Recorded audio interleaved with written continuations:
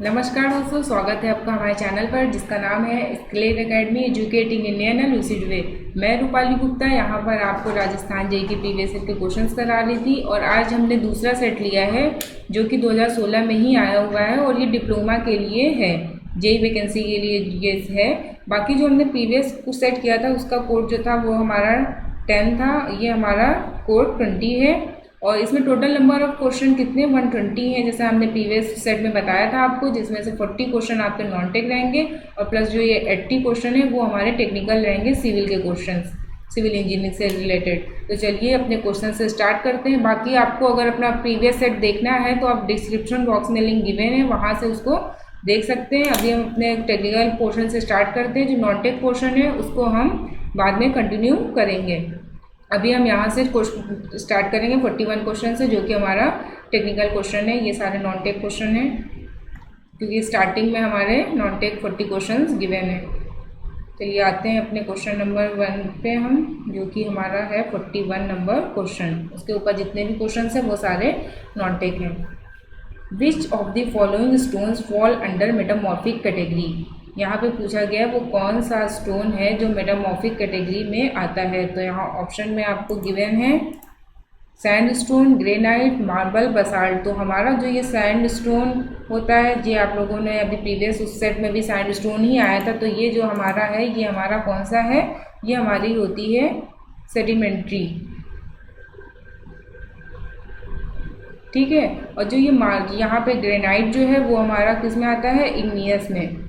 Basalt भी हमारी क्या है, इग्नियस रॉक की कैटेगरी में आता है। जो हमारा मार्बल है ये हमारा आता है मेटामॉर्फिक, जो कि ऑप्शन में गिवन है। तो यहाँ पे राइट आंसर क्या हो जाएगा 3, क्योंकि इसमें क्या होता है जब सैंड स्टोन पे टेम्परेचर और प्रेशर का इफेक्ट होता है या फिर इसको हम बोलते हैं मेटामॉर्फिज्म जो प्रोसेस होता है उसके थ्रू सैंड स्टोन क्या होती है वो मार्बल में कन्वर्ट हो जाती है। तो राइट आंसर क्या हो जाएगा यहाँ पे 3। नेक्स्ट क्वेश्चन देखते हैं। A good brick earth should contains alumina in the following limit: 5-10%, 20-30%, 40-50%, 60-70%। तो जो ब्रिक में होता है एल्यूमिना का जो परसेंटेज होता है वो होता है हमारा 20-30% होता है, जो कि ब्रिक में प्लास्टिसिटी प्रोवाइड करती है जिससे उसको हम अच्छे से मोल्ड कर सकते हैं, ठीक है। नेक्स्ट क्वेश्चन देखते हैं। During slacking action of line, the volume increases, decreases, remains same, none of the above। तो जब स्लैकिंग प्रोसेस, देखो स्लैकिंग प्रोसेस में क्या होता है, जब हमारा ये चूना रहता है लाइन, जब इसमें हम वाटर ऐड करते हैं तो इसको वाटर ऐड करते हैं तो ये हमारा क्या बन जाता है, कैल्शियम हाइड्रोक्साइड।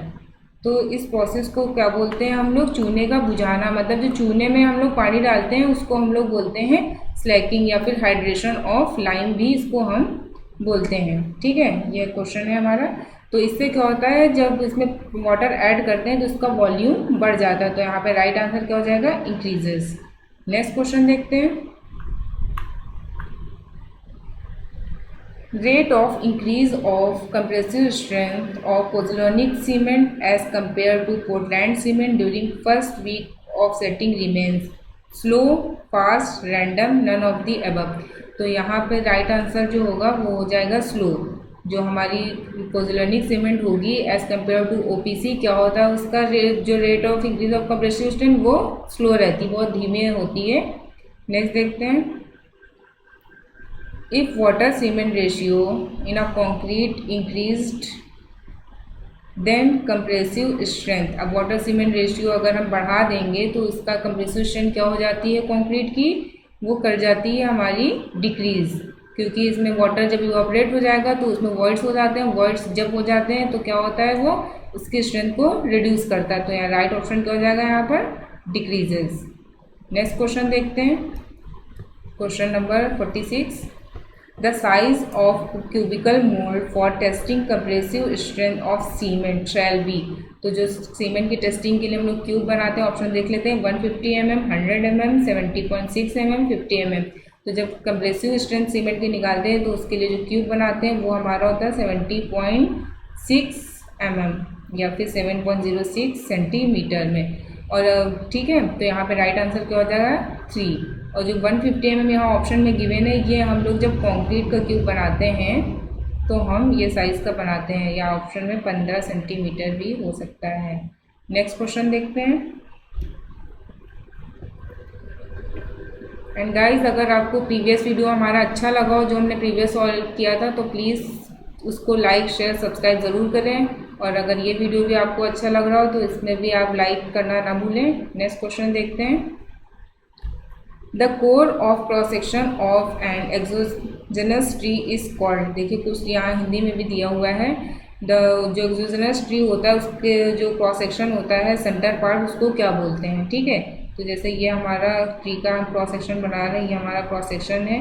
जो सेंटर पार्ट होता है इसको कोर भी, जो कोर है इसको सेंटर पार्ट को डार्क कलर का होता है, इसको क्या बोलते हैं, पिथ बोलते हैं। ठीक है, तो यहाँ पे क्या हो जाएगा right answer, pith. The core of cross section of an exogenous tree is called pith, जो कि डार्क ब्राउन कलर का होता है। अगर आपने किसी भी ट्री का क्रॉस सेक्शन देखा होगा, पेड़ का कटा हुआ, तो आपको पता चल गया होगा कि ये जो सेंटर पार्ट होगा इसको पिथ बोलते हैं। इसके बाहर जो होता है ये हमारा हार्डवुड, ये जो ऑप्शन में लिया हुआ है ये है हमारा हार्डवुड। उसके जब हम आउटर आते जाते हैं तो ये उसके बाद हमारा होता है सैपवुड, जो रस होता है उसको बोलते हैं सैपवुड। आपने देखा होगा लकड़ी जब होती है हल्की गीली सी रहती है तो उसी को सैपवुड बोलते हैं। और उसके बाहर हमारी होती है कैम्बियम लेयर।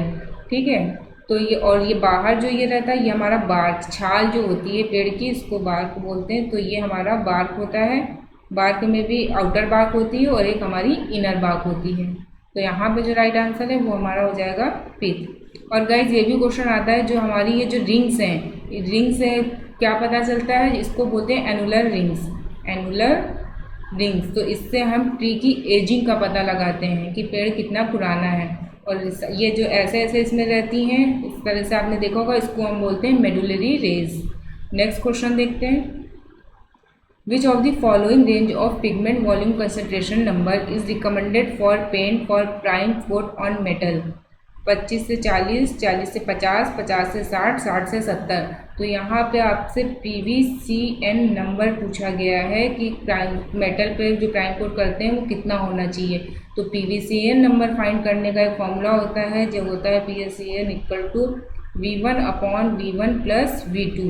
तो ये क्या होता है, वॉल्यूम ऑफ पिगमेंट जो हमारा उसमें रहता है, और V2 हमारा होता है volume of non volatile vehicle present in paint. ठीक है, ये non volatile vehicle present in paint, और ये हमारा रहता है pigment, volume of pigment in paint. तो इससे हम लोग क्या करते हैं, ये नंबर फाइंड आउट करते हैं। और हर एक तरह की, जैसे एक्सटीरियर पेंट, एक्सटीरियर कोटिंग करना है या इंटीरियर करना है, पेंट वुड पे करना है, तो सबका ही ये नंबर अलग अलग होता है। यहाँ पे प्राइम कोट ऑन मेटल की बात की जा रही है, तो जो राइट आंसर इसका होगा वो हो जाएगा 25 से 40। ये आपको वैल्यू याद रखनी है। नेक्स्ट क्वेश्चन देखते हैं। The softening point of various bituminous grade in degree centigrade for paving jobs very between. ये क्वेश्चन जो अभी हमने सेट जब किया था जिसका कोड 10 था, उसमें भी ये क्वेश्चंस थे। तो आप उसको देखेंगे, इसको देखेंगे तो आपको पता चलेगा कि वही उसको क्वेश्चन एज इट इज़ पूछ लिए गए हैं। तो यहाँ ऑप्शन में 10, 20, 20, 30, 35, ये 35 है, 70 एंड 75 to 100। तो जब सड़क बनाने के लिए जो हम लोग यूज़ करते हैं, सॉफ्टनिंग पॉइंट जो लेते हैं बिटवीन किस ग्रेड का लेते हैं, वो 35 से 70 के बीच में हम लोग लेते हैं। और वो 35 से 70 भी लाई करता है हमारे रीजन के हिसाब से, कि कोल्ड रीजन है या फिर हॉट रीजन है, तो उसी के हिसाब से इसकी वैल्यू लाई करती है। नेक्स्ट क्वेश्चन देखते हैं। The Marshall stability value for bituminous mixes for heavy traffic shall not be less than 710 kg, 810 kg, 910 kg, 1010 kg। तो यहाँ पे जो राइट आंसर होगा वो होगा 910 kg। जो मार्शल स्टेबिलिटी हम लोग लेते हैं वैल्यू बिटुमिनस मिक्स के लिए, जहाँ पे हैवी ट्रैफिक, वो 910 kg से कम नहीं होना चाहिए। ठीक है, नेक्स्ट क्वेश्चन देखते हैं। Deflection due to bending moment in a regular beam of uniform cross section is proportional to. अब यहाँ पे डिफ्लेक्शन पूछा गया है कि हमारी जो रेगुलर बीम है यूनिफॉर्म क्रॉस सेक्शन की, वो किसके प्रोपोर्शनल होती है। तो ये आप लोग को ऑप्शन देख के पता चल गया होगा, EI 1/EI 1/EI² EI²। तो ये जो EI क्या है हमारी, फ्लेक्सुरल रिजिडिटी। क्या होती है, फ्लेक्सुरल रिजिडिटी। जब भी आप लोग डिफ्लेक्शन निकालते होंगे तो आपने देखा होगा कि EI लिखा रहता है, तो ये हमारा फ्लेक्सुरल रिजिडिटी को डिफाइन करता है। तो ये किसके प्रोपोर्शनल होता है, 1/EI के। ठीक है, जैसे आपकी कैंटिलीवर बीम है, आपने देखा होगा कैंटिलीवर बीम है, यहाँ पे अगर लोड लग रहा नहीं भी लग रहा तो डिफ्लेक्शन आप लोग हमेशा कैसे लिखते हैं, PL3/3EI। तो ये हमारा EI टर्म रहता है, ये हमारा होता है फ्लेक्सुरल रिजिडिटी, जो कि हमेशा किसके प्रोपोर्शनल होता है, डिफ्लेक्शन के। ठीक है, नेक्स्ट क्वेश्चन देखते हैं। अब देखिए यहाँ पे अभी तक हिंदी में भी क्वेश्चन थे, यहाँ पे क्या है, सिर्फ जो स्ट्रक्चर्स के क्वेश्चन है, सोम के क्वेश्चन हैं, वो यहाँ पे सिर्फ इंग्लिश में ही गिवन है। 52 नंबर क्वेश्चन देखते हैं। Deflection of a tip of cantilever beam of span length L carrying uniformly distributed load Q is. अब आपसे कहा जा रहा है डिफ्लेक्शन आपको बताना है, ये हमारी कैंटिलीवर बीम हो गई जिसका स्पैन क्या है, L है, और इस पर यूनिफॉर्मली डिस्ट्रीब्यूटेड लोड क्या लग रहा है, UDL, जिसकी इंटेंसिटी Q है। तो आपको इसके जो हमारे स्ट्रक्चर्स के वीडियोस पड़े हुए हैं, आप उसमें देख सकते हैं कि इसका एक चार्ट है जिसमें आपको simply supported beam, cantilever beam और जितनी भी बीम्स हैं, जब UDL लग रहा है, पॉइंट लोड लग रहा है, हर तरीके की लोडिंग पे, उसमें क्या स्लोप होता है, क्या डिप्रेशन होता है, कितना बेंडिंग, मैक्सिमम बेंडिंग मूवमेंट आता है, ये आपको बाय हार्ट याद होना चाहिए, क्योंकि ये डायरेक्ट क्वेश्चन एग्जाम में आप सॉल्व करने इसको नहीं बैठेंगे, नहीं तो सॉल्व करने बैठेंगे तो इसका टाइम ही निकल जाएगा। तो अभी जो हम इसका आंसर बता दे रहे हैं, इसका राइट आंसर क्या होगा, QL⁸/8EI। Right answer is 3। Next question देखते हैं। A rubber bar of length 1.5 metre and 200 mm dia is stress, यहाँ पे आपको ये लेंथ दे रखी है और ये आपकी लेंथ दे रखा है और यहाँ पे आपको डाया दे रखा है। ठीक है, ये हमारी डाया हो गई D। तो और आगे क्वेश्चन देखते हैं। ये हमारा क्या है, L, और ये हो गई D। इस stretch along its length by 20 mm। तो ये हमारा क्या दिया हुआ है, डेल्टा L स्ट्रेच किया गया, तो चेंज इन जो हो गया बाई अ फोर्स ऑफ 15 किलोमीटर। यहाँ पे फोर्स आपको गिवन है 15 किलोमीटर। As a result it's dia is reduce, तो चेंज इन डाया कितना हो गया, बाई 2 mm। अब आपको बताना क्या है, the Poisson ratio of the bar material will be. यहाँ पे आपको पॉइजन रेशियो की वैल्यू बतानी है। तो पॉइजन रेशियो का पहले आपको फॉर्मूला पता होना चाहिए कि क्या होता है। पॉइजन रेशियो इक्वल टू क्या होता है, lateral strain upon longitudinal strain. ठीक है, तो इसमें हम जो लेटरल स्ट्रेन की बात कर रहे हैं, लेटरल स्ट्रेन हमारा किसके लॉन्ग हो जाएगा, यहाँ पे इस क्वेश्चन के ये डाया, तो change in dia upon original dia, और लॉन्गिट्यूडनल जो स्ट्रेन है वो क्या हो जाएगा, change in length upon original length, जो कि स्ट्रेन होता है। अब यहाँ पे हम वैल्यू रख देंगे, डेल्टा D की वैल्यू आपको पता है 2, जो ओरिजिनल डाया दे रखा है वो आपको दे रखा है 200 mm, डेल्टा L है आपका 20 mm, और जो लेंथ दे रखी है ओरिजिनल लेंथ यह हमारी 1.5 मीटर है, जिसको हम किस में चेंज कर लेंगे, इसको ये L है 1.5 मीटर है, इसको हम mm में चेंज कर लेंगे, तो ये हो जाएगा हमारा 1500 mm। तो यहाँ पे हम वैल्यू पुट अप कर देंगे और हमें आंसर मिल जाएगा। तो जब आप उसको सॉल्व करेंगे तो ये इसको सॉल्व करने के बाद हमें जो वैल्यू मिलेगी वो हमारी कितनी आ जाएगी, 0.75। आप इसको सॉल्व करके देखिएगा, इसकी वैल्यू आपकी 0.75 आएगी। तो है right answer will B 3.75। Next question देखते हैं। Our structure is subjected to different set of loads and then sum of deflection and each set of load acting separately is equal to total deflection of the structure due to different set providing loads are within। तो ये आपको एक superposition theorem है, अगर वो पता है तो आप इसको ऐसे ही देख के कर लेते हैं कि यहाँ पे सुपरपोजिशन थ्योरम की बात की जा रही है। जब यहाँ पे क्या है कि कोई भी बीम है तो उस पर क्या है, different sets of load act कर रहे हैं, तो उसका जो पूछा गया है कि उसको सम करने पे कितना आएगा। तो यहाँ पे ऑप्शन देख लेते हैं। ये क्या है, different set provide loads are within, ये किसके उसमें अंदर है, elastic limit including buckling, proportional limit without buckling, elastic limit, limit state. तो यहाँ जो राइट आंसर होगा ये हमारा हो जाएगा प्रोपोर्शनल लिमिट विदाउट बकलिंग। ठीक है, बिना बकलिंग हुए वो उसी के लिमिट के अंदर रहेगा। नेक्स्ट क्वेश्चन देखते हैं। Moment of inertia of a rectangular flat जिसकी लेंथ L गिवन है एंड विड्थ B गिवन है about is axis parallel to its length the distance B/2 from top of is face is. तो यहाँ पे आपको क्या बात की, एक रेक्टेंगुलर फ्लैट ये गिवन है जिसकी जो इसमें लेंथ दे रखी L है और उसकी विड्थ जो है ये B है, और ये आपको डिस्टेंस भी दे रखी ये कितनी है, B/2। ठीक है, सेंट्रॉइड से है। तो आपको मोमेंट ऑफ इनर्शिया बताना है, तो आपको रेक्टेंगुलर सेक्शन का मोमेंट ऑफ इनर्शिया पता होना चाहिए कितना होगा। यहाँ पे क्या हो जाएगा, ये LB/12। तो ऑप्शन में देख लेते हैं, BL3/6, LB3/6, LB3/12, BL3/12।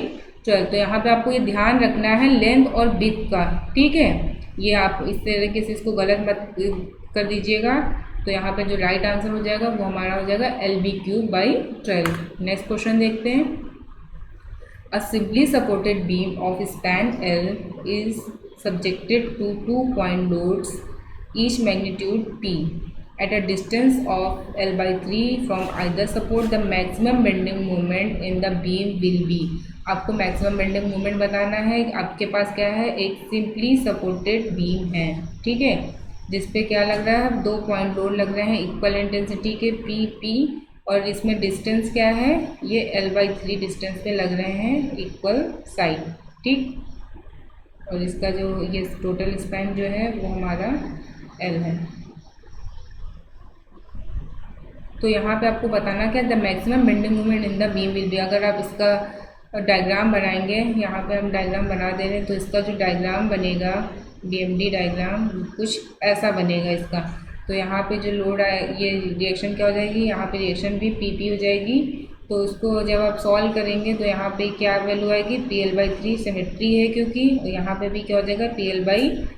तो जो मैक्सिमम बेंडिंग मोमेंट हो जाएगा वो कितना हो जाएगा, PL/3। तो राइट आंसर यहाँ क्या हो जाएगा, 3। ठीक है, नेक्स्ट क्वेश्चन देखते हैं। A rectangular beam section has width B, आपको गिवन है, डेप्थ गिवन है। The moment of inertia about an axis at with depth parallel to width will be. अभी देखिए आपसे ये क्वेश्चन अभी ऊपर हमने डिस्कस किया, ये देखिए क्वेश्चन जिसमें हमने आपको फॉर्मूला बताया मोमेंट ऑफ इनर्शिया का क्या होता है, LB3/12। तो यहाँ पे वही फॉर्मूला लगा देंगे। अब यहाँ पे B क्या हो जाएगा फॉर्मूला, BD3/12, क्योंकि यहाँ पे B विथ दे रखी है और ये डेप्थ दे रखी है। तो इस फॉर्मूले में वैल्यू पुट अप करेंगे, ये आपको 120 × 500 क्यूब डिवाइड बाई 12।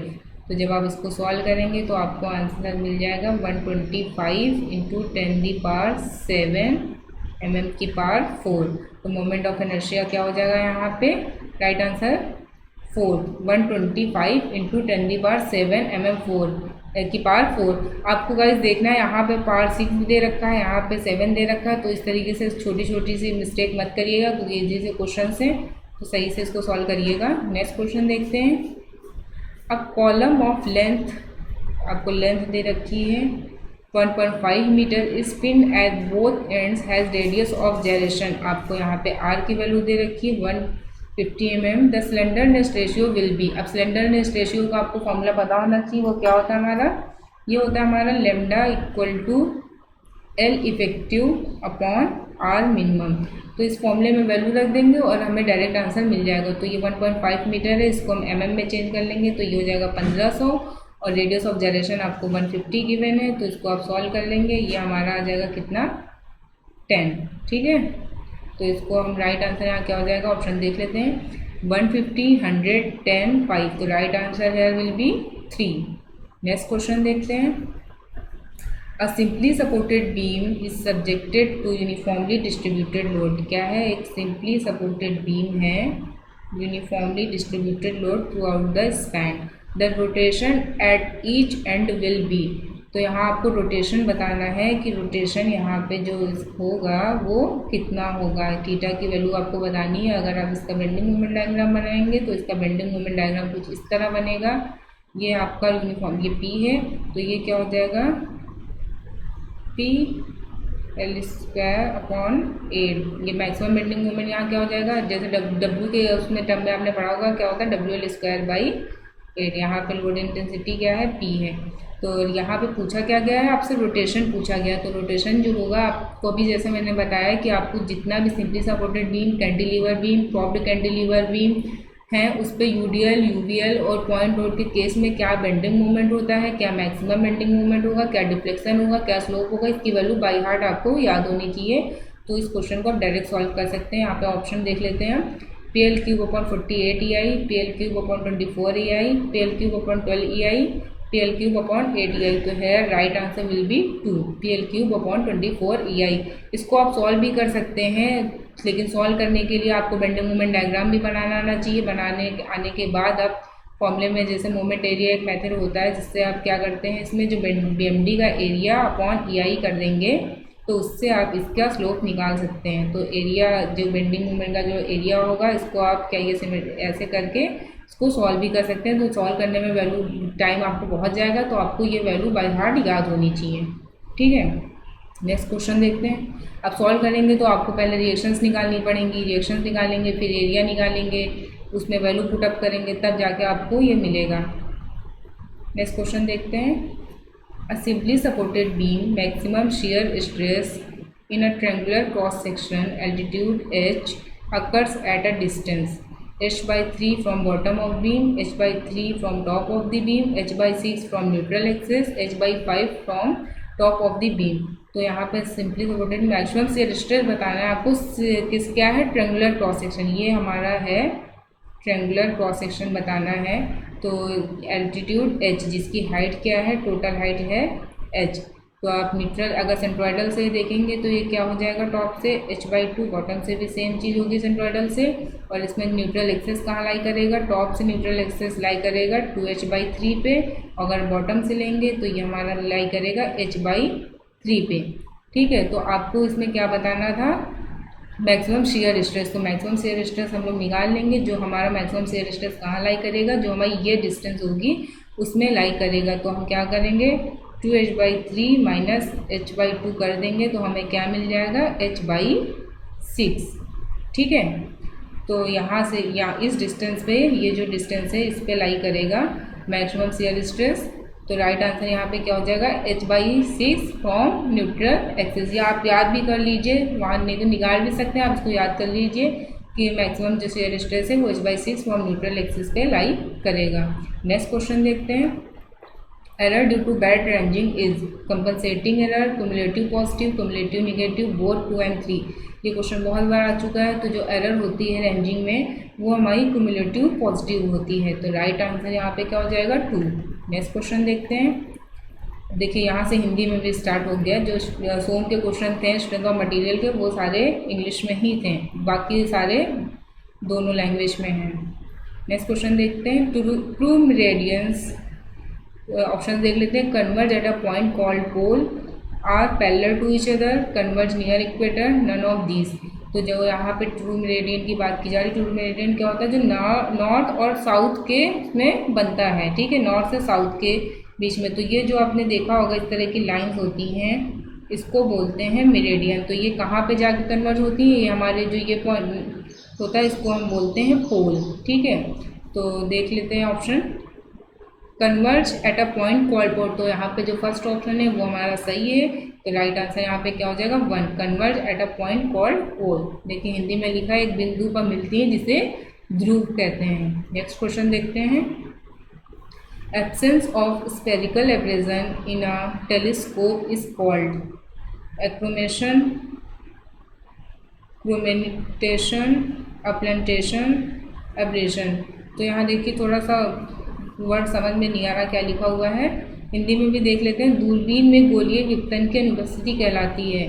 तो इसको जो हम लोग बोलते हैं, जो जैसे कि कोई भी ये हमारा है लेंस है, तो लेंस से आपने देखा होगा कि जब भी कुछ हमारा ये बनता है दूरबीन पे, तो ये एक पॉइंट पे जाके नहीं मिलता। तो जो इस तरीके का रिफ्रैक्शन होता है इसको हम क्या बोलते हैं, अपलेनेशन। ठीक है, राइट आंसर क्या हो जाएगा यहाँ पे 3।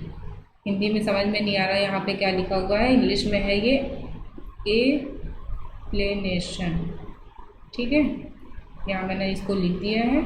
नेक्स्ट क्वेश्चन देखते हैं। Point of curve of a simple circular curve is point of commencement, point of tangency, point of intersection, all of these. तो पॉइंट ऑफ कर्व पूछा गया सिंपल सर्कुलर कर्व। जैसे ये हमारा सिंपल सर्कुलर कर्व देखा होगा आपने, ये हमारी क्या है, ये हमारा कर्व है, जिसमें कि आपने ऐसे इसमें देखा होगा, ये इसकी रेडियस रहती है, यहाँ से पहले टेंजेंट पॉइंट रहते हैं, ठीक है। ये हमारा जो यहाँ से ये कर्व जहाँ से स्टार्ट होता है, इसको हम क्या बोलते हैं, पीसी, पॉइंट ऑफ कमिसमेंट, प्रारंभिक बिंदु या फिर पॉइंट ऑफ कमिसमेंट। तो यहीं से ये हमारा कर्व होता है, ये हमारी लेंथ ऑफ कर्व है, ये हमारी क्या होती है, लेंथ, ये हमारी है कॉर्ड लेंथ, ठीक है। और ये जो होता है हमारा, ये मिड ऑर्डिनेट होता है, ये जो पोर्शन है ये हमारा होता है मिड ऑर्डिनेट। उसके बाद जब ये हमारे पॉइंट ऑफ, जो ये टेंजेंट है, ये हमारे टेंजेंट पॉइंट होते हैं। यहाँ पे देखिए पॉइंट ऑफ टेंजेंसी भी क्वेश्चन में गिवन है, और ये पॉइंट ऑफ इंटरसेक्शन, यहाँ पे जब ये टेंजेंट यहाँ पे इंटरसेक्ट करते हैं, इसको क्या बोलते हैं, इस पॉइंट को पॉइंट ऑफ इंटरसेक्शन। तो यहाँ पे एक एंगल बनता है जिसको डेल्टा से डिनोट करते हैं, और ये हमारी रेडियस रहती है। तो इस तरीके से जो सिंपल सर्कुलर कर्व होता है, इसके ये कंपोनेंट्स हैं। तो देख लेते हैं यहाँ पे राइट आंसर क्या होगा, point of curve in simple curve is point of commencement. Right answer यहाँ पे क्या हो जाएगा, 1, इसको क्या बोलते हैं, प्रारंभिक बिंदु। नेक्स्ट क्वेश्चन देखते हैं 65। The method of surveying in which field work and plotting work are done simultaneously is called compass surveying, chain surveying, levelling, plane table. तो जो हम लोग सर्वेइंग करते हैं तो उसमें एक साथ काम फील्ड वर्क और प्लॉटिंग वर्क एक साथ किसमें शिफ्ट कर सकते हैं, वो हमारा प्लेन टेबलिंग में होता है। तो यहाँ पे राइट आंसर क्या हो जाएगा, 4। बाकी कंपास, चेन सर्वे और लेबलिंग में ये पॉसिबल नहीं है, तो राइट आंसर यहाँ पे हो जाएगा 4। नेक्स्ट क्वेश्चन देखते हैं 66। Which of the following error can be eliminated by reciprocal measurement in differential leveling? अब यहाँ पे पूछा गया है कि वो कौन सी एरर होती है जिसको हम लोग रेसिप्रोकल मेजरमेंट करके डिफरेंशियल लेवलिंग में उसको एलिमिनेट कर सकते हैं, रिड्यूस कर सकते हैं। तो ऑप्शन देख लेते हैं यहाँ पे, error due to earth curvature, error due to atmospheric refraction.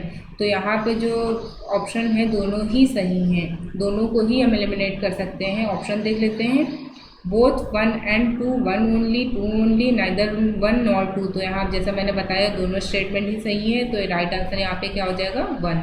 Next question देख लेते हैं 67।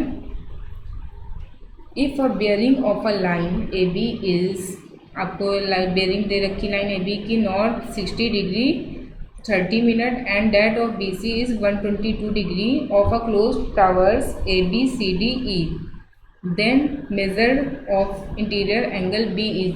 आपको यहाँ पे इंटीरियर एंगल बताना है, तो आप इसको डायग्राम के थ्रू कर सकते हैं डायरेक्ट। ये हमारा आपको दे रखा है close traverse A B C D, तो ये है यहाँ पे एंगल दे रखा है आपको कितना, ये बी है लाइन, आपको एंगल दे रखा है आपको 60 डिग्री 30 मिनट, ये हमारा हो गया लाइन ए बी, ठीक है। अब यहाँ पे बी सी की बात की जा रही है, बी सी पे है आपका 120, ठीक है। तो ये एंगल जो बनेगा इसको क्या बोलेंगे, ये हो जाएगा हमारा 122, ये लाइन हो गई बी सी। आपको क्या बताना है यहाँ पे, ये नॉर्थ और साउथ पोल। आपको यहाँ बताना क्या है, आपको इंटीरियर एंगल बताना है बी पे। तो ये हमारा आपको ऐसे, इसको हम ऐसे कर देते हैं, ये हमारी लाइन है, ठीक है। तो ये हमारा 60 डिग्री एंगल है, ये आप देख सकते हैं यहाँ पे गिवन है। तो ये हमारा अगर 60 है तो ये भी हमारा क्या हो जाएगा एंगल, ये भी हमारा हो जाएगा 60।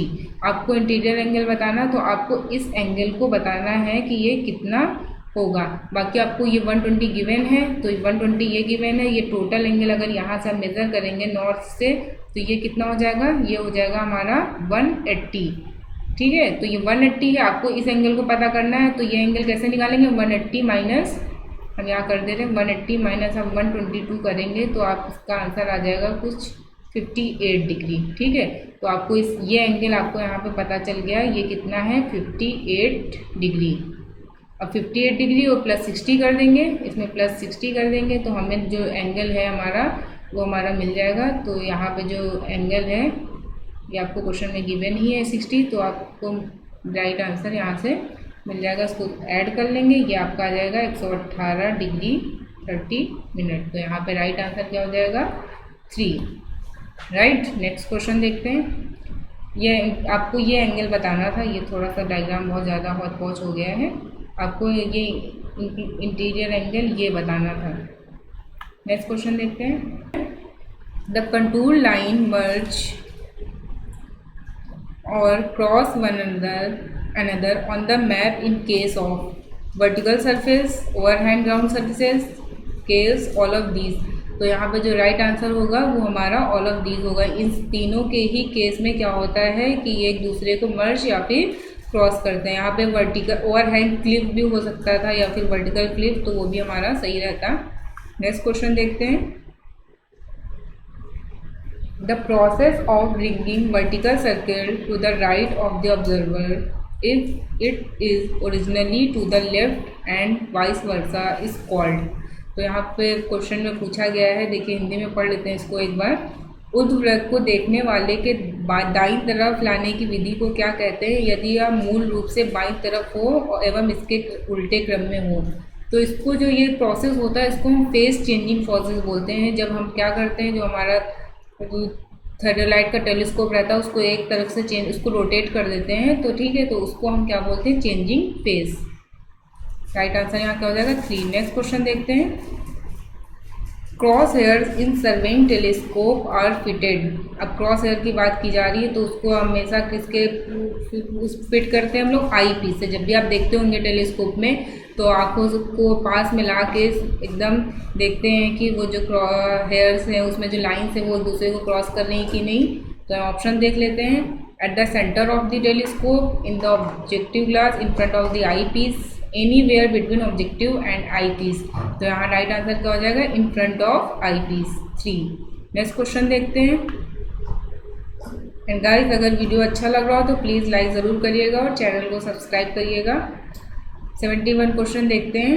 The centre line method of estimating is used for orthogonal building, hexagonal building, circular building, all of the above. तो यहाँ राइट आंसर क्या हो जाएगा, ऑल ऑफ द एबव। जो सेंटर लाइन मेथड है हम सारे ही जगह पे बिल्डिंग्स में उसको यूज़ कर सकते हैं उसको एस्टिमेट निकालने के लिए।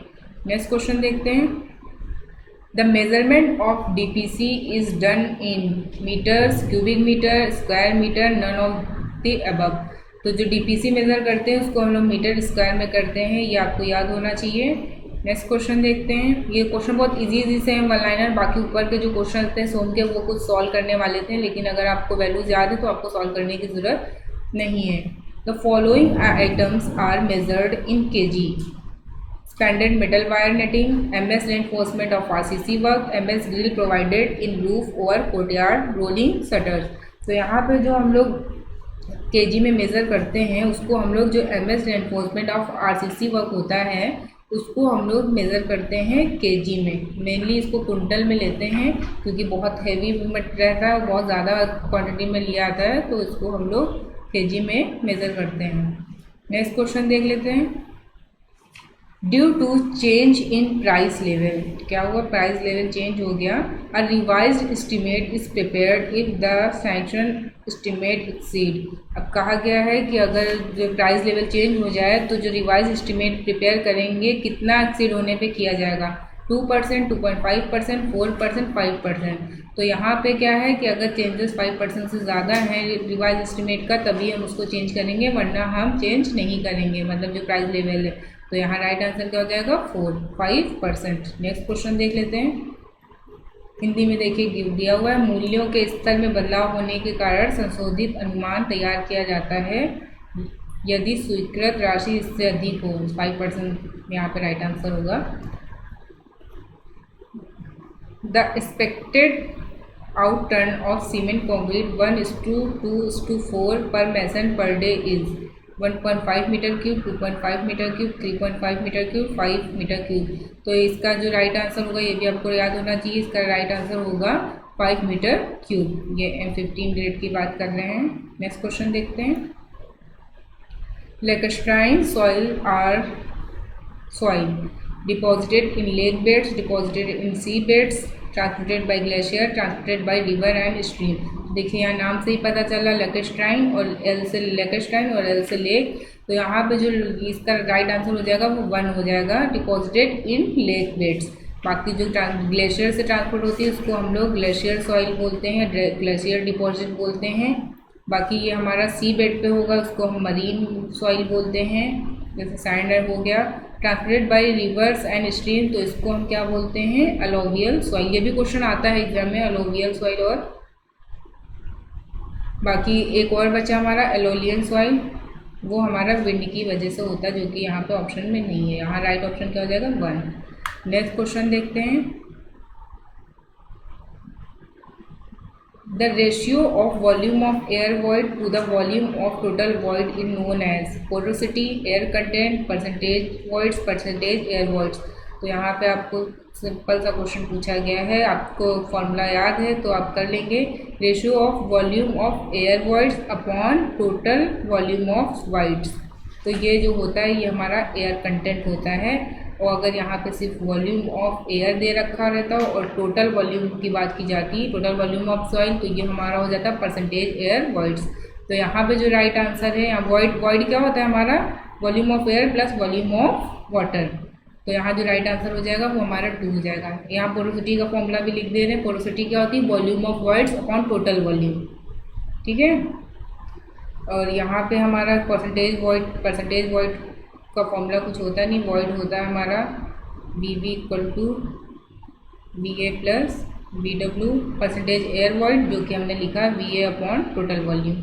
नेक्स्ट क्वेश्चन देख लेते हैं। Valid range for degree of saturation of soil in percentage is. अब यहाँ पे आपको डिग्री ऑफ सेचुरेशन की वैल्यू बतानी है, किसके बीच में लाई करती है। तो डिग्री ऑफ सेचुरेशन होता है वो हमारी वैल्यू लाई करती है, ये देखो ऑप्शन देख लेते हैं, S लेस देन और इक्वल्स टू 0, ये 0 से 100 के बीच में लाई करती है, या फिर इक्वल्स टू 0 और 100 के होती है, या फिर ग्रेटर दैन 0 होती है। तो जो इसकी वैल्यू होती है, इसकी वैल्यू 1 भी होती है और इसकी वैल्यू 0 भी होती है। 1 को हम क्या, ये 1 होता है, या फिर इसको 1 लिख सकते हैं, 100 के लिख सकते हैं, और ये 0 ड्राई सॉइल के केस में होता है। जब भी हम सेचुरेटेड सॉइल की बात करते हैं तो जो डिग्री ऑफ सेचुरेशन होगा वो हमारा 1 होगा, और ड्राई जब सूखी मिट्टी रहेगी तो उसमें हमारा वाटर कंटेंट होगा नहीं, तो उसमें क्या, उसके केस में इसकी वैल्यू क्या हो जाती है, 0 हो जाती है। तो इसकी वैल्यू किसके इक्विवेलेंट होती है, हमारी 0 लेस देन और इक्वल्स टू और हमारा 100, ठीक है। 0 से 0 भी हो सकती है और 100 भी हो सकती है, या फिर 0 और 1 भी हो सकती है। नेक्स्ट क्वेश्चन देखते हैं। A soil has a bulk density, आपको बल्क डेंसिटी गिवन है, गामा गिवन है, and a water content W given है। The dry density in kilometre per metre cube, बच्चा आपको ड्राई डेंसिटी बताना है। तो इसका सिंपल सा फॉर्मूला लगा देंगे और आपको वैल्यू मिल जाएगी। तो ड्राई डेंसिटी का फॉर्मूला क्या होता है, dry density equal to gamma bulk या gamma T total plus water content. ये गामा T आपको टोटल बल्क दे रखा है, तो अब इस फॉर्मूले में वैल्यू रख देंगे, बस आपको डायरेक्ट आंसर मिल जाएगा। तो ये हो जाएगा 22, 1 प्लस वाटर कंटेंट हमारा कितना गिवन है, 10। अब इसको सॉल्व कर लेंगे और हमें आंसर मिल जाएगा, ठीक है। तो इसको आप सॉल्व कर लेंगे, इसकी हमारा क्या होता है, इसकी परसेंटेज में इसको हम पॉइंट उसमें रख ले रहे हैं, ये हो जाएगा 22 अपॉन 1.1। तो इसको सॉल्व करने पे हमें मिलेगा 20। राइट आंसर यहाँ पे क्या हो जाएगा 20। नेक्स्ट क्वेश्चन, किलो न्यूटन पर मीटर क्यूब, ठीक है। ये फॉर्मूला मेनली बेसिकली आपको याद होना चाहिए ड्राई डेंसिटी का, और जो वाटर कंटेंट बल्क में रिलेशन होता है। नेक्स्ट क्वेश्चन देखते हैं। A pycnometer is use to determine void ratio and dry density, water content and void ratio, specific gravity and dry density, water content and specific gravity। ये question बहुत बार exam में आ चुका है कि पिक्नोमीटर का use हम लोग किस में करते हैं, तो उसको हम लोग water content and specific gravity दोनों ही फाइंड आउट करने के लिए करते हैं। तो राइट ऑप्शन यहाँ पे क्या हो जाएगा 4। नेक्स्ट क्वेश्चन देखते हैं। A minimum water content in a soil at which the soil just begins to crumble when rolled into threads of 3 mm in dia is known। यहाँ पे पूछा गया है कि जो मिनिमम किस वाटर कंटेंट पे सॉइल की जो होता है, जब उसका हम धागा बनाते हैं उस करते हैं, ठीक है। तो 3 mm का, 3 mm का जब हम वो थ्रेड बनाते हैं तो बिना टूटे हुए जो बनाया जाता है, तो उसके लिए वो क्या कहलाता है। तो ऑप्शन देख लेते हैं, plastic limit, liquid limit, shrinkage limit, permeability limit. तो ये हमारा जब आपने लैब में अगर टेस्ट किया होगा तो लिक्विड लिमिट का जो कैसा ग्रांडे ऑपरेटर से हम लोग टेस्ट करते हैं, बाकी प्लास्टिक लिमिट में हम लोग थ्रेड बनाते हैं 3 mm का। तो जब 3 mm का थ्रेड रोल करते हैं तो देखते हैं कि जब जिस वाटर कंटेंट पे उस थ्रेड में क्रैक्स आना स्टार्ट हो जाते हैं तो वो ही उसकी प्लास्टिक लिमिट हो जाती है। फिर तो यहाँ पे राइट आंसर क्या हो जाएगा प्लास्टिक लिमिट उस वाटर कंटेंट पे। नेक्स्ट देख लेते हैं। Under a given load, a clay layer attains 25 degree of consolidation in 200 days. The time then by same day, the layer to attain 50 degree of consolidation will be.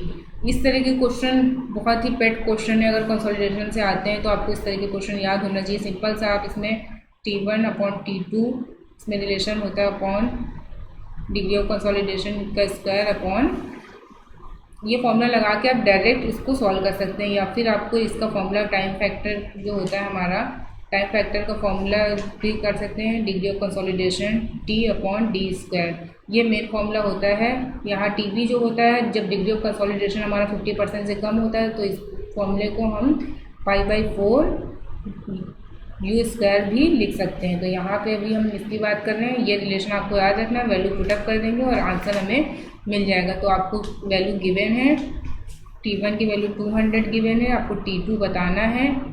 Degree of consolidation आपको given है T1 पे 2500² upon U2 की value कितनी है 50²। तो आप इसको solve कर लेंगे तो आपको T2 की जो वैल्यू है ये 25² अपॉन 50²। अब जब ये हमें T2 की वैल्यू निकालनी है तो इसको सॉल्व कर लेंगे तो हमें कितना मिल जाएगा 800 डेज। ठीक है, तो राइट आंसर यहाँ पे क्या हो जाएगा T2। तो यहाँ राइट आंसर विल बी 2, 800 दिन, ये 800 डेज। नेक्स्ट क्वेश्चन देखते हैं। Coefficient of permeability of soil increase with the increase in temperature, increase with the decrease in temperature, does not depend on temperature, none of the above। तो जो coefficient of permeability है वो हमारा depend करती है temperature पे। कैसे depend करती है? जो कोफिशिएंट ऑफ परमेबिलिटी होती है वो इन्वर्सली प्रोपोर्शनल टू होती है विस्कोसिटी के। जब विस्कोसिटी क्या होता है लिक्विड में, जब टेम्परेचर बढ़ता है, जब अगर हम टेम्परेचर की बात करें, अगर टेम्परेचर बढ़ाएंगे तो विस्कोसिटी क्या होगी डिक्रीज़ करेगी। मतलब जो रेजिस्टेंस होता है लेयर्स के बीच में वो कम होता है। मतलब वो चीज़ जो है पानी की बात करें तो वो इजीली फ्लो कर जाएगा। अगर इसकी विस्कोसिटी कम है, पानी की बात करें या किसी अदर लिक्विड की बात करें, तो टेम्परेचर बढ़ाने पे उसकी विस्कोसिटी क्या होगी कम हो जाएगी। तो अगर विस्कोसिटी कम होगी तो क्या हो जाएगा फिर वो ईज़िली फ्लो कर सकेगा। यहाँ पर कोफिशिएंट ऑफ सॉइल के केस में पूछा गया है। तो जब वो ईज़िली फ्लो करेगा तो क्या होगा कि इंक्रीज इन टेम्परेचर। तो जब ईज़िली फ्लो करेगा तो उसकी जो परमेबिलिटी होगी वो भी क्या हो जाएगी ज़्यादा हो जाएगी सॉइल की। तो coefficient of permeability of soil increases with the increase in temperature, right. तो जो आपको रीज़न समझ में आया, इसमें क्या करते हैं, जब विस्कोसिटी कम होगी तो उसका जो फ्लो होगा वो ज़्यादा होगा, और फ्लो जब ज़्यादा होगा तो वो ईज़ परमेबिलिटी में लिखा होता है, ईज़ ऑफ फ्लो होता है सॉइल के बीच से कि आसानी से पानी मूव कर जाए। ठीक है, नेक्स्ट क्वेश्चन देखते हैं।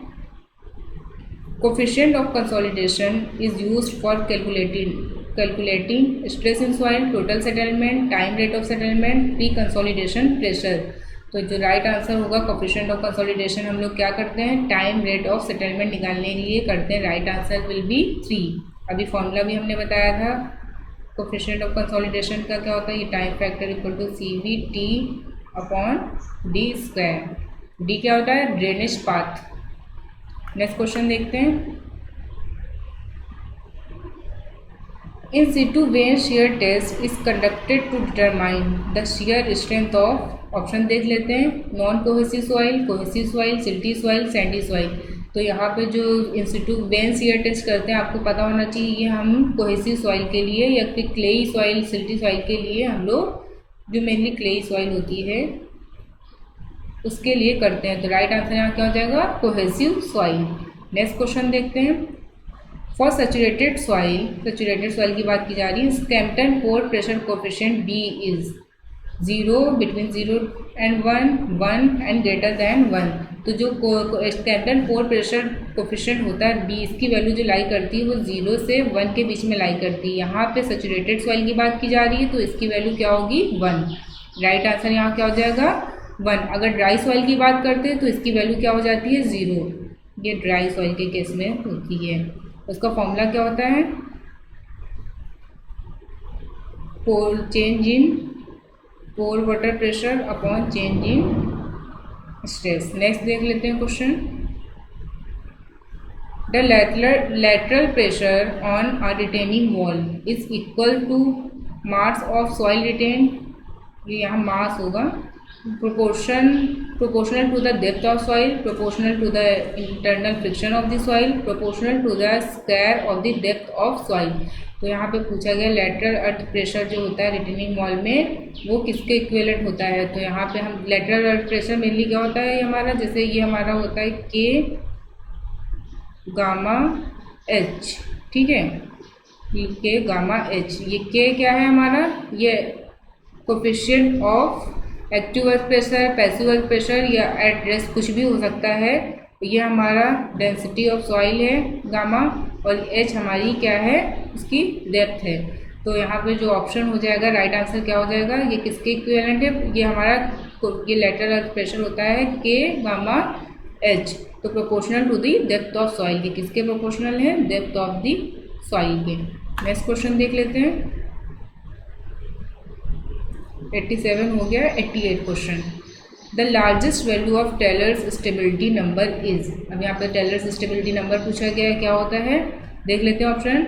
0.261, 0.561, 1.911, 2.911।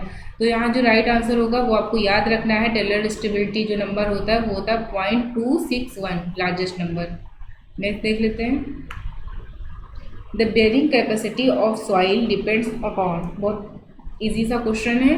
Size of the particle, shape of the particle, cohesive properties of particle, all of the above. तो ऑप्शन देख के आपको समझ में आ गया होगा कि यहाँ पे जो ऑप्शन होगा वो सारे ही सही हैं, तो fourth option is right, all of the above. Next question देखते हैं।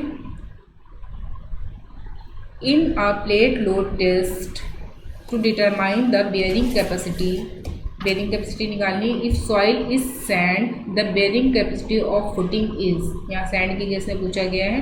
Independent of the width of footing, directly proportional to width of footing, inversely proportional to width of footing, directly proportional to square root of width of footing।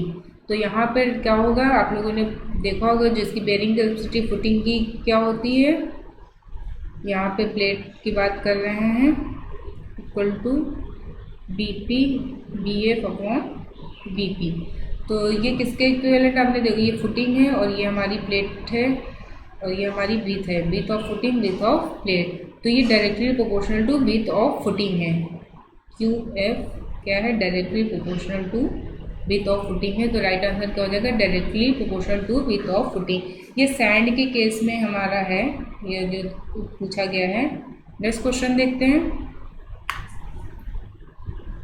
Question number 91। Hydrology is the science which deals with rain water, river water, sea water, surface and underground water. तो जो hydrology होती है इसमें हम दोनों type के water की बात करते हैं, सरफेस वाटर का भी एनालिसिस करते हैं और अंडरग्राउंड वाटर की भी स्टडी करते हैं। तो है right answer will be 4, surface and underground water. Next question देखते हैं। Which of the following of rain gauge is used for measuring rain in remote hilly inaccessible area? Floating type, tripping bucket type, weighing type, Symons rain gauge. तो यहाँ पे पूछा गया hilly areas में हम लोग कौन सा यूज़ करते हैं, तो यहाँ राइट आंसर क्या हो जाएगा, टिपिंग बकेट टाइप, जिसको हम रिकॉर्डिंग रेन गेज भी बोलते हैं। बाकी यहाँ पे जो सारे हैं ये तीनों ही क्या है, हमारे रिकॉर्डिंग टाइप है। बस एक जो है साइमन्स रेन गेज है, ये हमारा नॉन रिकॉर्डिंग है, जो कि GOI द्वारा यूज़ किया जाता है, गवर्नमेंट ऑफ इंडिया के द्वारा, जो हम लोग इंडिया में मेनली यूज़ करते हैं। इसको स्टैंडर्ड रेन गेज भी बोलते हैं, साइमन्स रेन गेज। बट इस क्वेश्चन के अकॉर्डिंग राइट आंसर क्या होगा, 2, क्योंकि इसमें क्या होती है, रीडिंग रिकॉर्ड होती है, जो कि ऑटोमेटिक रिकॉर्ड होती है, फिर उससे हम लोग देखते हैं कि रेन कितनी हुई है, मेजर करते हैं। नेक्स्ट क्वेश्चन देखते हैं।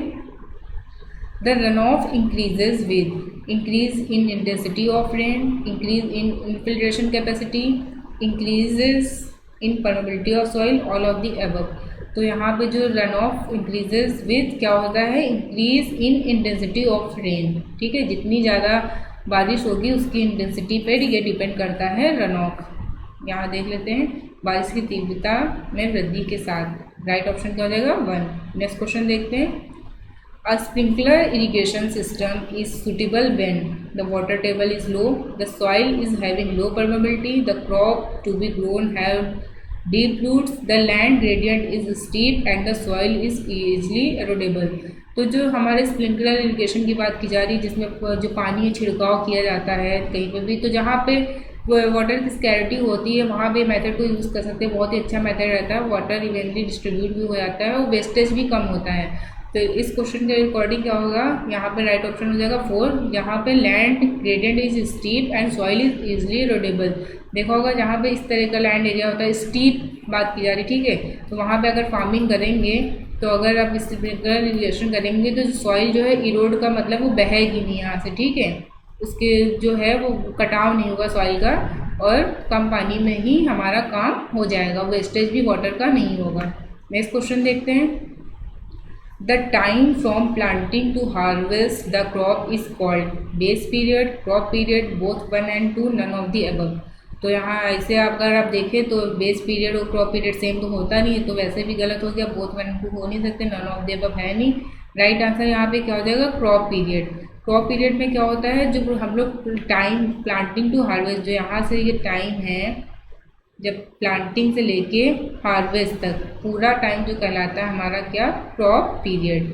और बेस पीरियड क्या होता है, जो पहली जैसे हमारी क्रॉप्स हैं तो जब पहली वाटरिंग करते हैं, first watering to last watering, तो उसको हम क्या बोलते हैं, बेस पीरियड, ठीक है, ये बीपी। तो हमें ये क्या होता है, CP is always greater than BP. Base period से हमेशा ही क्रॉप पीरियड हमारा ज़्यादा रहता है, क्योंकि बेस पीरियड में हम क्या करते हैं, फर्स्ट वाटरिंग जब शोइंग करते हैं, शोइंग के बाद जो फर्स्ट वाटरिंग करते हैं और जब हम कटाई के पहले आखिरी पानी देते हैं उसको बोलते हैं बेस पीरियड। नेक्स्ट क्वेश्चन देखते हैं।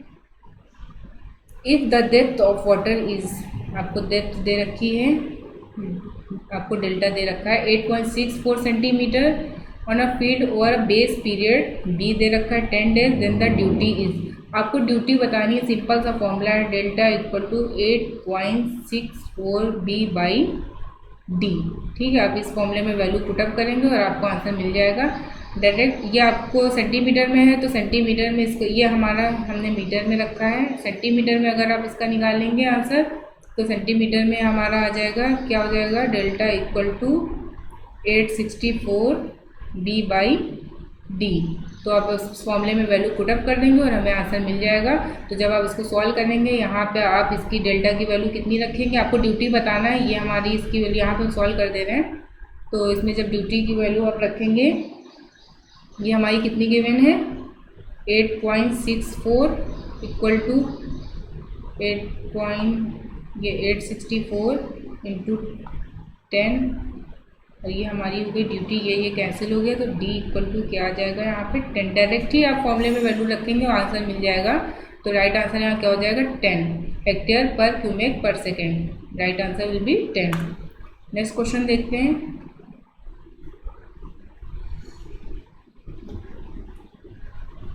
नेक्स्ट क्वेश्चन देखते हैं। The optimum depth of kor watering for a rice crop is, आपको बताना है डेप्थ कितनी होती है राइस क्रॉप के लिए, 13 centimetre, 17 centimetre, 19 centimetre, 23 centimetre. Guys हमने जो प्रीवियस क्वेश्चन अभी किए थे जिसका सेट कोड 10 था, उसमें भी सेम पैटर्न पे क्वेश्चन थे, बस थोड़ा सा चेंज कर दिया। उसमें हमें वीट के लिए पूछा गया था और यहाँ पे हमें राइस के लिए पूछा गया है।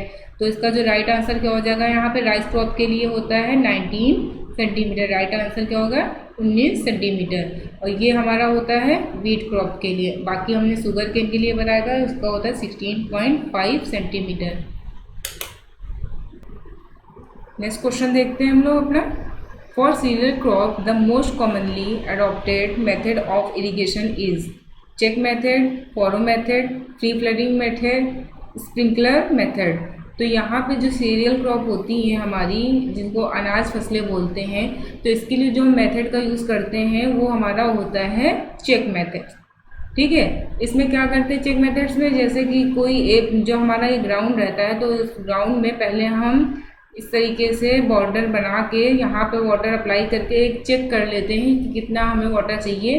फिर उससे हमें पता चल जाता है कि जो ओवरऑल क्रॉप है उसको हमें कितना पानी देना है। तो जो इस तरीके से आप लोगों ने देखा होगा चेक्स बने रहते हैं खेत में, तो इसी को बोलते हैं चेक्स मेथड।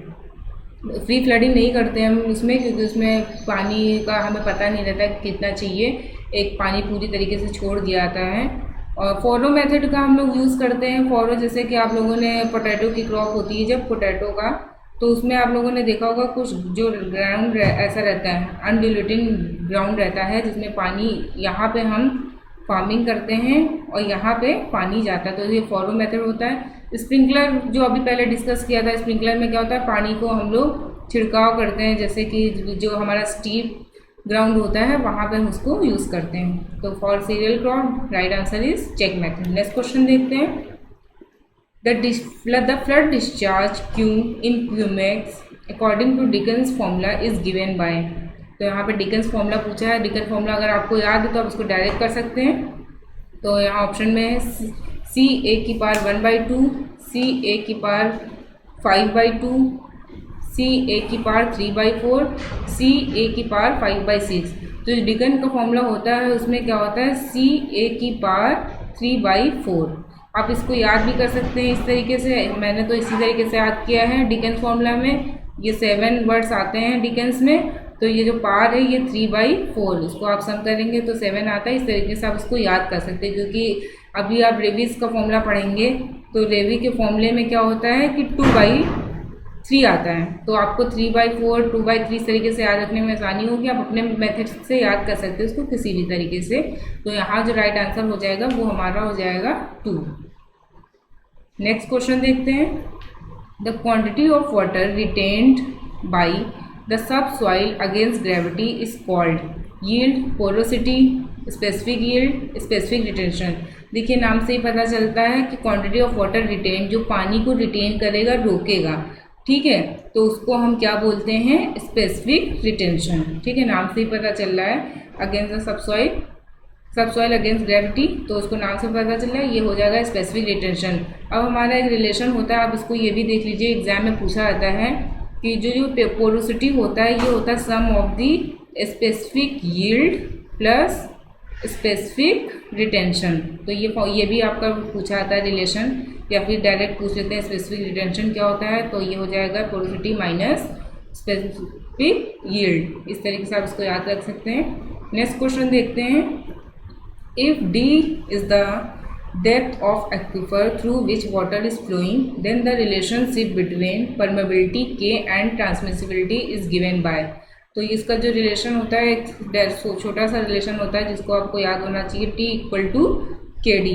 ठीक है, कि T हमारा क्या है, ट्रांसमिसिबिलिटी, और K हमारी परमेबिलिटी, और D हमारी क्या है, उसकी डाया ऑफ पार्टिकल जो सॉइल ग्रेन की होगी, या फिर डेप्थ। यहाँ पे डेप्थ है, D इक्वल टू क्या है, डेप्थ, और ये हमारी परमेबिलिटी, क्योंकि क्वेश्चन में गिवन है। तो राइट आंसर यहाँ क्या हो जाएगा, T इक्वल टू के डी। नेक्स्ट क्वेश्चन देखते हैं। According to Lacy's theory, the silt supporting eddies are generated from bottom of the channel only, sides of the channel only, bottom as well as side only, side of channel, none of the above। तो जो ये lessee's थे, इन्होंने क्या कहा था, lessee's और Kennedy दो थेरी हैं आपकी इरिगेशन में। तो लेसीज ने क्या कहा था, जो एडीज जनरेटेड होती हैं वो सिर्फ बॉटम ही नहीं, हमारे साइड से भी जनरेट होती हैं। पार्टिकल को सस्पेंशन में रखने के लिए उनका भी योगदान रहता है। बट कैनेडी ने कहा था कि सिर्फ जो हमारी बॉटम से जो जनरेट होती हैं एडीज, वही हमारा रिस्पॉन्सिबल होती है पार्टिकल को सस्पेंशन में रखने के लिए। तो लेसिस के अकॉर्डिंग क्या हो जाएगा, eddies generated from bottom as well as side of the channel. Next question देखते हैं। If the average size of particles in mm, then Lacy's silt factor is proportional to m की power 1/2 m square m cube. तो ये आपको Lacey silt factor का formula पता होना चाहिए। ये होता है 7f equal to 1.76 root D. D क्या है, dia of particle in mm। तो ये हमारा एफ जो सिल्ट फैक्टर है ये किसके इक्वल हो गया। आप अगर इसको ऐसे करेंगे, पार हटाएंगे, तो डी की पार क्या हो जाती है, हाफ। तो यहाँ पे डी है, यहाँ पे जो पार्टिकल साइज है इसको m से डिनोट किया गया है, तो फॉर्मूले में m है तो यहाँ हम m ले लेंगे। तो ये किसके प्रोपोर्शनल हो गया, m की पावर 1/2। तो राइट आंसर यहाँ क्या हो जाएगा, सेकंड। ठीक है, तो आपको ये मेन फॉर्मूला याद रखना है। इस फॉर्मूले पे भी क्वेश्चन आता है, छोटा सा फॉर्मूला है सिल्ट फैक्टर का, इसको याद कर लीजिए। नेक्स्ट क्वेश्चन देखते हैं।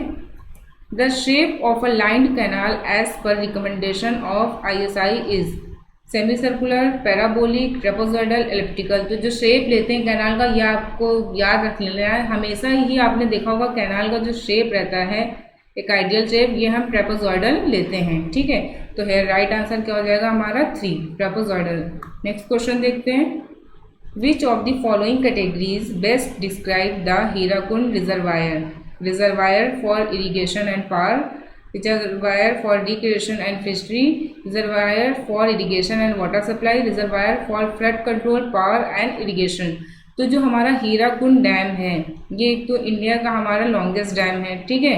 बाकी ये हमारा कहाँ पे बना है, ये हमारा जनरल नॉलेज का क्वेश्चन हो गया। ये हमारा महानदी पे बना है, जो कि उड़ीसा में है, उड़ीसा में सिचुएटेड है, महानदी रिवर पे, और संबलपुर ज़िले में ये बना हुआ है। तो ये जो हमारा है हीराकुंड डैम, ये डैम ऑल पर्पस डैम है। ये फ्लड कंट्रोल के लिए, पावर के लिए और इरिगेशन तीनों के लिए ही सर्व करता है। तो है राइट आंसर क्या हो जाएगा 4।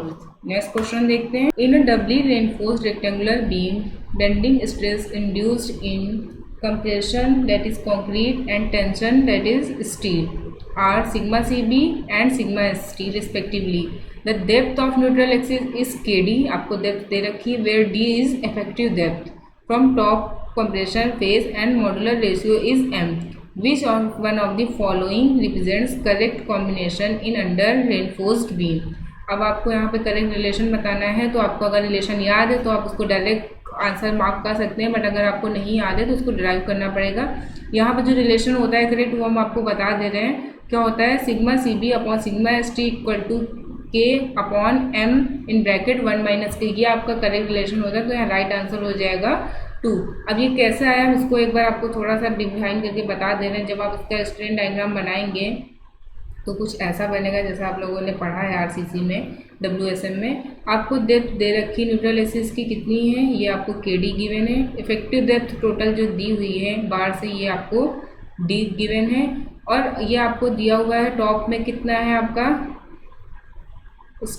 बेंडिंग स्ट्रेस इंड्यूस्ड इन कंप्रेशन, कंप्रेशन में कितना है आपका, ये सिग्मा CB है, और बॉटम में सिग्मा ST है, ठीक है। यहाँ पे स्ट्रेन क्या हो जाएगा, स्ट्रेन हो जाएगा, या स्ट्रेन हम एप्सिलॉन से लिख रहे हैं, ये हो जाएगा हमारा सिग्मा C, और ये हो जाएगा एप्सिलॉन C, और ये हो जाएगा स्टील में एप्सिलॉन S। तो आप राइट एंगल ट्रायंगल का रूल लगा के आप इसको डायरेक्ट निकाल सकते हैं। तो अब ये क्या हो जाएगा हमारा epsilon C upon epsilon S equal to, ये हमारा है KD अपॉन, अब KD पता है, D पता है डिस्टेंस न्यूट्रल एक्सिस से, तो आपको ये डिस्टेंस भी पता चल गई। ये कितनी हो जाएगी, D माइनस KD। तो यहाँ पे क्या हो जाएगा, D माइनस KD। ये आपको इतना आ गया। अब आपको इतना पता है कि जो स्ट्रेस होता है डायरेक्टली प्रोपोर्शनल टू क्या होता है, स्ट्रेन। यहाँ हम लिख दे रहे हैं क्या होगा, stress is directly proportional to strain. तो जब ये प्रोपोर्शनलिटी साइन हटाएंगे तो यहाँ पे क्या आ जाएगा, मॉडुलस ऑफ इलास्टिसिटी। तो ये हो जाएगा E एप्सिलॉन। तो ये क्या हो जाएगा, strain equal to stress upon modulus of elasticity. तो अब जब कंक्रीट के केस में लेंगे कंप्रेशन जोन में, तो ये क्या हो जाएगा, एप्सिलॉन C इक्वल टू, यहाँ पे ये आपको दे रखा है सिग्मा CB लिया है स्ट्रेस, बेंडिंग स्ट्रेस, और यहाँ पे क्या हो जाएगा, ये हमारा C, ठीक है। तो इस फॉर्मूले में ये आपको वैल्यू रख देनी है और ये आपको रिलेशन मिल जाएगा। तो यहाँ वैल्यू इसकी पुटअप कर देंगे। ये sigma epsilon C equal to क्या हो जाएगा, सिग्मा CB अपॉन, ये हो जाएगा हमारा EC। ऐसे ही हम इसकी रख देंगे एप्सिलॉन S की। तो यहाँ पे ये क्या हो जाएगा, ES steel, modulus of elasticity in steel upon sigma ST, ठीक है। रिलेशन आपको बताना था। अब मॉडुलर रेशियो का फॉर्मूला क्या होता है, modulus of elasticity in steel upon modulus of elasticity in concrete.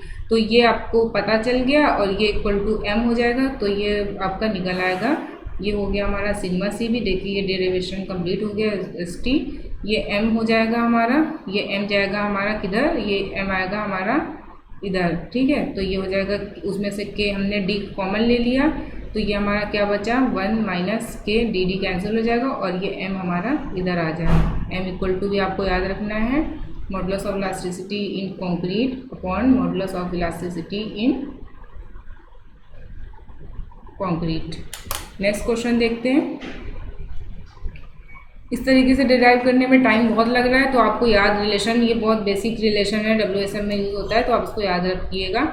In a limit state method of maximum strain allowed in compression concrete of a beam as per IS code is. अब देखिए IS code के according पूछा गया, RCC में और steel में आपको IS codal provision जो होते हैं वो ज़्यादा पूछे आते हैं। ऑप्शन देख लेते हैं। 0.02 ऐसा कुछ होता ही नहीं है, 0.002 ये भी नहीं होता है, 0.003 एंड लास्ट 0.0035। तो यहाँ पे कंप्रेशन कंक्रीट की बात किया जाए तो मैक्सिमम स्ट्रेन पूछा गया, तो मैक्सिमम स्ट्रेन की वैल्यू आपको याद रखनी है कितनी होती है, 0.0035। Right answer here is 4। और अब जो अगर हम बॉटम की बात करें तो बॉटम में कितना आता है, ये आप यहाँ पे लिखा हुआ 0.002, अगर आप उसमें plus 0.87 upon 0.87 FY upon ECES add करते हैं तो आपको बॉटम फ्लेंज का भी बॉटम उसमें भी मिल जाएगा कि कितना इंड्यूस्ड हुआ है। नेक्स्ट क्वेश्चन देखते हैं। In order to control the deflection of a continuous beam, the allowed limit of span of effective depth ratio is। अब ये भी कोडल वैल्यू है, कोडल में आप लोगों को कोडल प्रोविज़न है कि कितना लेते हैं। Order to control the deflection of, यहाँ कंटिन्यूस बीम की बात की गई है कि जो limit of span to effective depth जो होता है, span to effect depth ratio L/D वो कितना होता है। तो ऑप्शन देख लेते हैं 26, 20, 13, 7। तो इसमें जो राइट आंसर हो जाएगा, कंटिन्यूस बीम की बात की जा रही है तो यहाँ पे हो जाएगा 26। बाकी हमारा जो कैंटिलीवर बीम होता है, ये कैंटिलीवर के बीम के केस में ये होता है हमारा 7। और अगर आप सिंपली सपोर्टेड बीम की बात करें, सिंपली सपोर्टेड बीम के केस में ये होता है हमारा 20। ठीक है, तो यहाँ पे कंटिन्यूस बीम की बात की जा रही थी तो इसमें 26। जैसे जैसे कि आप ये कैंटिलीवर बीम कैसे होती है हमारी, एक एंड से फिक्स रहती है, दूसरे एंड से फ्री रहती है। सिंपली सपोर्टेड में तरीके से जैसे जैसे आप एक एक रिएक्शन बढ़ाते जाएंगे वैसे वैसे इसकी वैल्यू बढ़ती जाएगी। इस तरीके से आप इसको याद रख सकते हैं। तीनों ही याद रखिएगा, कुछ भी एग्जाम में पूछा जा सकता है। नेक्स्ट क्वेश्चन देखते हैं। For a load test of flexural member, the load to be placed on a structure as per IS code shall be full dead load plus full live load, full dead load plus 0.4 live load, full dead load plus 1.25 live load. अब ये भी as per IS code बोला गया है। ये कोडल provision है कि जब भी हम लोग फ्लेक्सुरल मेंबर के लिए डिज़ाइन करते हैं तो जो लेते हैं वो हमारा होता है full dead load plus 1.25 live load. तो है right answer will B 4th, आपको ये याद रखना है। नेक्स्ट क्वेश्चन देखते हैं। Of RC rectangular beam is 205 mm, ये आपको विद गिवन है। Spacing of vertical strips provided is, आपको वर्टिकल स्ट्रिप्स की स्पेसिंग गिवन है कितनी है, S, आपको S भी गिवन है। FY भी आपको गिवन है कितना, 410। If shear capacity of RC beam is more than shear force at a section, the minimum quantity of stirrups is provided as per codal provision is. अब देखिए as per कोडल provision आपको पूछा गया है कि कितना मिनिमम क्वांटिटी ऑफ स्ट्रप्स आपको provide करना है। ठीक है, यहाँ पे आपको एरिया निकालना है, तो देख लेते हैं इसका कैसे आपको निकालना है। ये हमारा फॉर्मूला आपको याद रखना है mainly, ASV upon BSV equal to 0.4 upon 0.87 FY। आप इस फॉर्मूले में वैल्यू पुटअप करेंगे और हमें एरिया मिल जाएगा, क्योंकि आपको विड्थ भी गिवन है, स्पेसिंग भी गिवन है और आपको FY की वैल्यू भी गिवन है। तो आप इस फॉर्मूले में वैल्यू पुटअप करिए और आप अपना आंसर निकाल सकते हैं। तो ये हो जाएगा, B आपको गिवन है कितना, 205, स्पेसिंग का आपको कितना है 435 अपॉन 0.87 इंटू 410। FY की वैल्यू भी गिवन है। तो ASV जब आप इसको सॉल्व करेंगे तो ये हमारा जो आंसर आ जाएगा वो हो जाएगा हमारा 100 mm²। ठीक है, तो है राइट आंसर क्या हो जाएगा, आप लोगों ने देख लिया 100। तो ऑप्शन देख लेते हैं 50 mm², 75 mm², 100 mm² to 50 mm²। तो राइट आंसर है will be 3, 100 mm²। Next question देखते हैं हम लोग।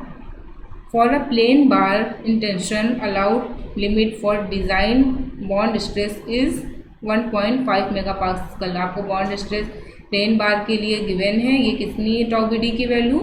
ये टाउ बी डी गिवन है आपको 1.5। किसके केस में? प्लेन बार के केस में।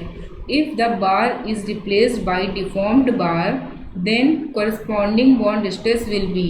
अब यहाँ पे आपको डिफॉर्म जो बार है इसको रिप्लेस किया गया डिफॉर्म बार से, तो आपसे पूछा गया कि जो बॉन्ड स्ट्रेस की वैल्यू होगी वो कितनी होगी। तो ये निकालने के लिए क्या करेंगे हम, जब हम डिफॉर्म्ड बार की बात करते हैं तो इसमें हम क्या करते हैं 60% इंक्रीज़ कर देते हैं। तो 60% जब इंक्रीज़ करेंगे तो हमारा जो बॉन्ड स्ट्रेस क्या हो जाएगा, जो प्लेन बार है प्लेन बार में आप 60% इंक्रीज़ कर देंगे से इंटू कर देंगे तो हमारा आ जाएगा। तो 60% जब इंक्रीज़ करेंगे तो ये हमारा टाउ बी डी की वैल्यू क्या हो जाएगी 1.6 डिफॉर्म्ड बार के लिए, और ये हमारा 1.5 क्वेश्चन में गिवन है। इससे आप इंटू कर देंगे जब 60% इंक्रीज़ किया तो ये हमारा आ जाएगा 2.4 मेगा पास्कल, जो कि यहाँ पे ऑप्शन 3 है, सही से विजुअल नहीं है। ठीक है, इसको सॉल्व करने पे आपका आंसर आ जाएगा 2.4 मेगा पास्कल। नेक्स्ट क्वेश्चन देखते हैं। नेक्स्ट क्वेश्चन भी थोड़ा सा विजुअल नहीं है देखने में, देखते हैं क्या लिखा है। द IS कोड की बात की जा रही है। For earthquake resistance design of structure is. यहाँ पे पूछा गया है कि जो IS कोड है रिलेवेंट होगा यहाँ शायद, जो रिलेवेंट IS कोड है अर्थक्वेक डिज़ाइन के लिए वो हम क्या लेते हैं। तो यहाँ ऑप्शन देख लेते हैं हम। ऑप्शन में अर्थक्वेक डिज़ाइन का जो है वो भी इसमें विजुअल नहीं है, तो आपको ये याद रखना है जो अर्थक्वेक के लिए लेते हैं रेजिस्टेंस डिज़ाइन का, वो हम लोग कोड जो लेते हैं वो इंडियन स्टैंडर्ड 1893 लेते हैं। ठीक है, ये हमारा ये वाला कोड होता है जो कि यहाँ पे ऑप्शंस में है। ये ऑप्शन 3 है इसका, जो कि सही से विजुअल नहीं है, आपको याद रखना है अर्थक्वेक के लिए लेते हैं। बाकी ये जो हमारा है IS 1904 ये हम लेते हैं फाउंडेशन जब डिज़ाइन करते हैं सॉइल में, तो हम उसके लिए लेते हैं। ठीक है, फाउंडेशन इन सॉइल, तो उसके लिए हम 1904 का यूज़ करते हैं। आपको यहाँ पर अर्थक्वेक का पूछा गया है, तो राइट आंसर यहाँ पे क्या हो जाएगा 3। नेक्स्ट क्वेश्चन देखते हैं।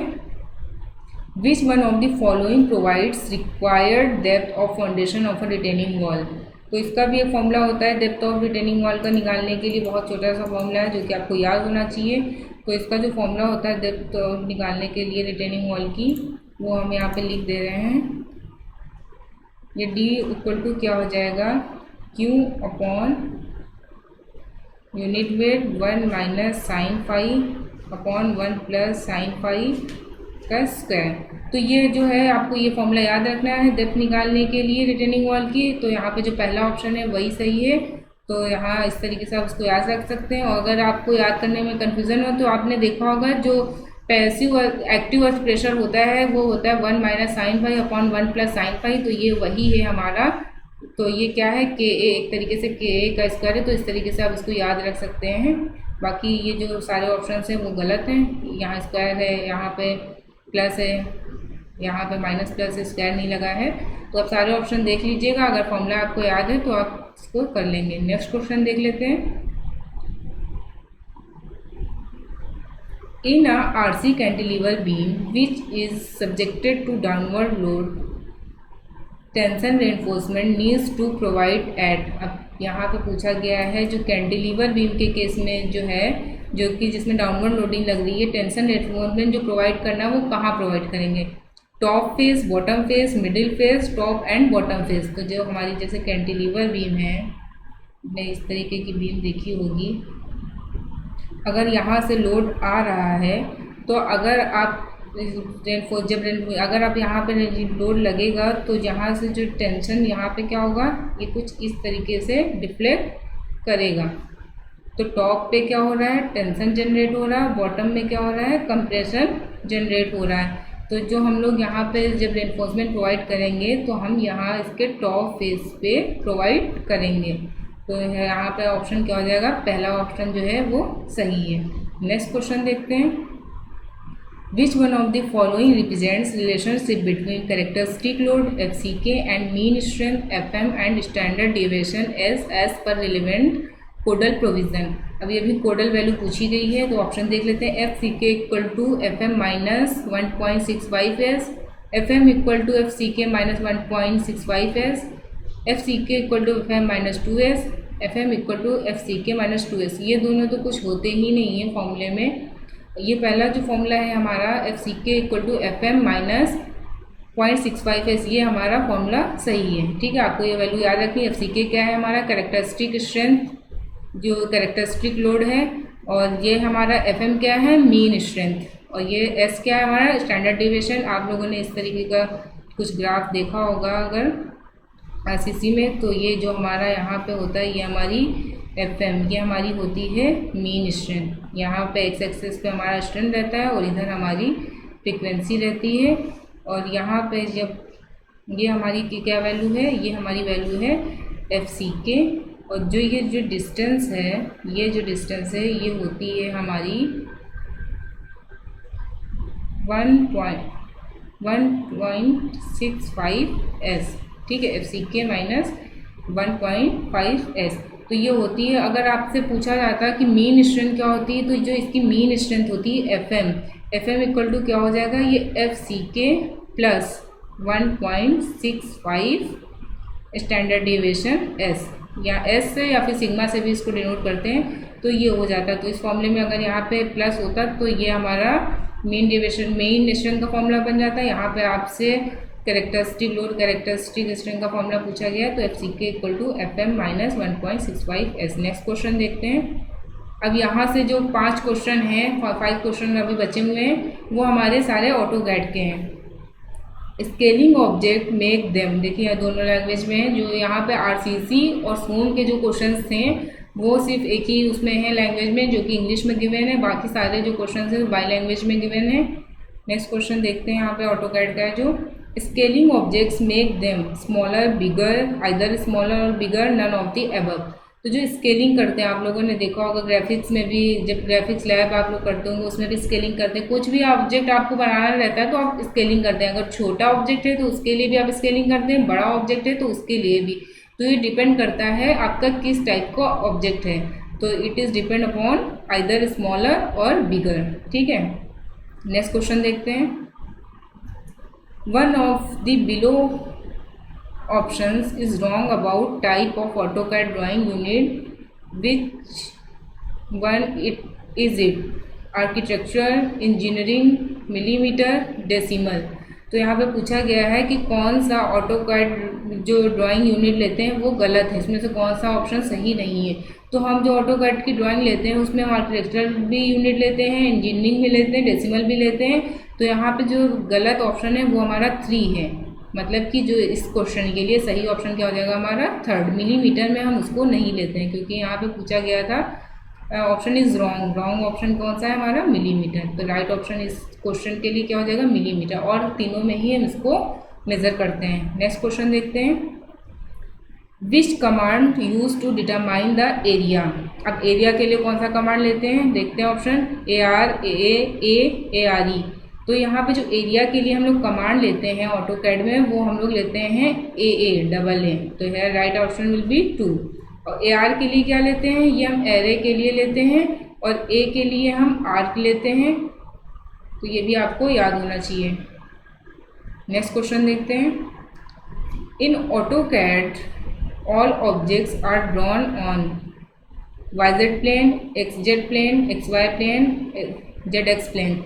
तो ऑटोकैड में जब भी डिज़ाइन करते हैं तो आप लोगों ने देखा होगा ऐसे ये 0 0 ऑर्डिनेट पे रहता है। ये भी आपको, और जो नेक्स्ट पेपर इसके पहले प्रीवियस पेपर किया था उसमें ऑर्डिनेट भी पूछा गया था।